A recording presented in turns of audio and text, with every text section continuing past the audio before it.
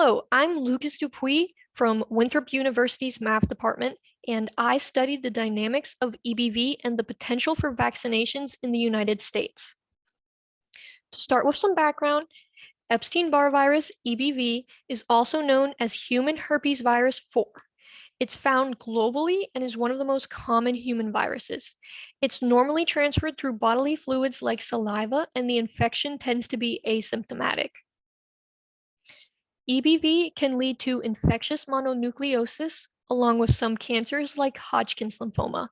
The infection or reactivation has also been associated with lupus, multiple sclerosis, and cardiovascular disease. Currently, there's no approved EBV vaccine. However, a vaccine has been predicted to possibly prevent 200,000 malignancies every year worldwide. There are currently clinical trials in progress, and this research could possibly influence these trials and help further the development for a vaccine. So there has been previous research done, and a model was developed in the UK. That model is the same model that we will be using today. In that study, without a vaccine, they calculated that around 50% of people are infected before reaching the age of 5. With the vaccine for EBV infection, they found that the younger the vaccinated age group is, the greater the reduction of EBV seroprevalence there is in the population. For mono, they found that vaccinating ages 12 to 18 resulted in reduced mono cases in any scenario. For cancer, the best strategy they found for the long run is a long duration vaccine at 6 months. In this study, we had wanted to go a step further than they had in the UK study, so our NOT was studied. It's the basic reproductive ratio. It's the average number of people who can become infected by an infected individual, given that the population is susceptible. It provides insight into the potential spread of a disease versus the clearing of one. Next is our model. The model describes the spread of EBV in a population using different vaccine efficacies and durations. The population is divided into 5 different compartments: susceptible, vaccinated, infected, infection leading to mono, and infection leading to cancer. The data that was used was from the United States between the years 2000 and 2018. Here is a schematic that shows the movement of EBV through a population with a vaccine. The dashed lines are people who are leaving and coming into the population, while the solid lines are people who are moving within the population. And then here are the equations. In all of the equations, we have A sub k comma I, which is an aging parameter, where k is the subpopulation and I is the age group. The parameter takes the people joining the age group and subtracts the people who are leaving it. Next is lambda sub I. It's the transmission rate, where the infection rate beta sub I by age group is multiplied by the rate of contact with EBV positive people. And then there's lambda bar sub I.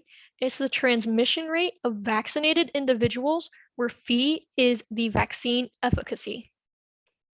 And then there's D, which is the vaccine duration rate, where 4 different durations were used: 5 years, 10 years, 20 years, and a lifelong duration.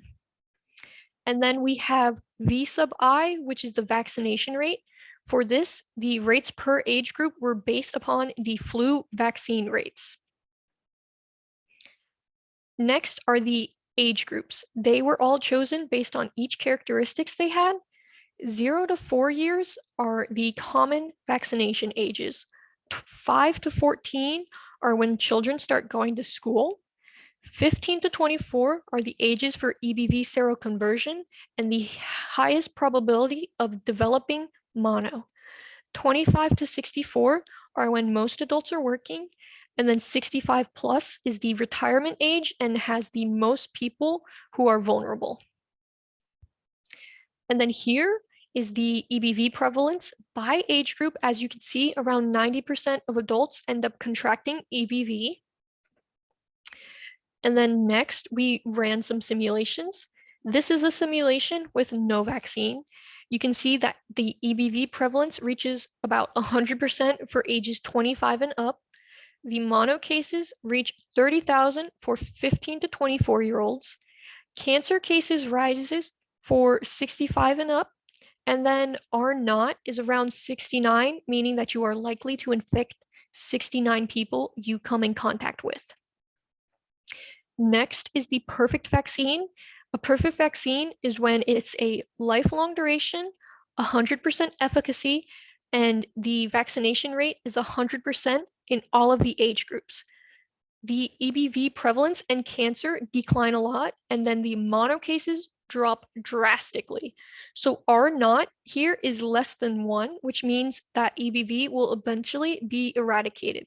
The only issue is it's very unlikely that a perfect vaccine will exist. So from there, we wanted to figure out what age groups need to be vaccinated and which ones we could exclude. So a vaccine for ages 25 and up was simulated. Here, there was a lifelong duration with 100% efficacy. You can see that there's relatively no difference from the no vaccination simulation, which means we can just eliminate the need for vaccinating 25 and up.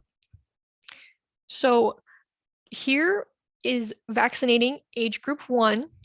You can see that the 90% efficacy is better at reducing EBV prevalence.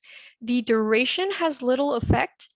And then the lowest R naught was 22.74 with a lifelong duration and 90% efficacy, while the highest R naught was 65.34 with a 5-year duration and 75% efficacy. Next is vaccinating age group 2. Here you can see that it's not as effective as vaccinating age group 1. However, again, 90% efficacy is better and the duration had little effect. The R naught here was 17.71 with a lifelong duration and 90% efficacy, and the highest R naught was 61.69 with a 5-year duration and 75% efficacy. And then next we have vaccinating age group 3. This was the least effective among the 3 age groups.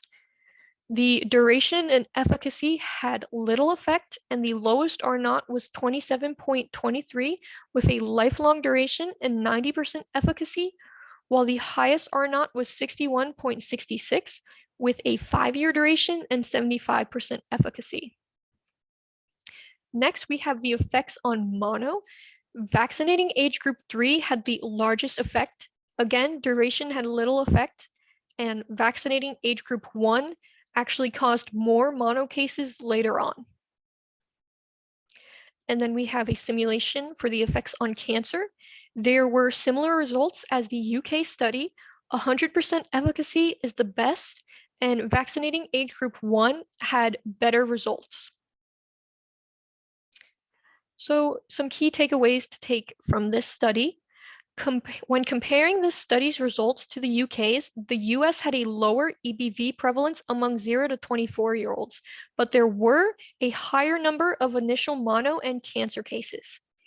And then we did find that vaccinating the first age group with a high efficacy and long duration vaccine has the greatest effect, but the only way to completely eradicate EBV is with a perfect vaccine. So what's next? We plan on investigating the optimal control where we will allow our vaccination parameters to be time dependent and solve for an optimal vaccination strategy to minimize EBV prevalence over a finite period of time. So these are the references that I used. And then I have a table of parameters that describes each and shows the values that we used.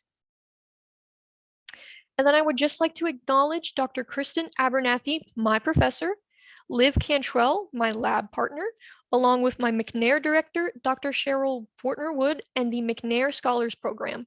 I'd also like to thank INBRI for sponsoring this project. So if there's any questions or information needed, please feel free to contact me at LucasDupuy at dupuym2@winthrop.edu. Thank you.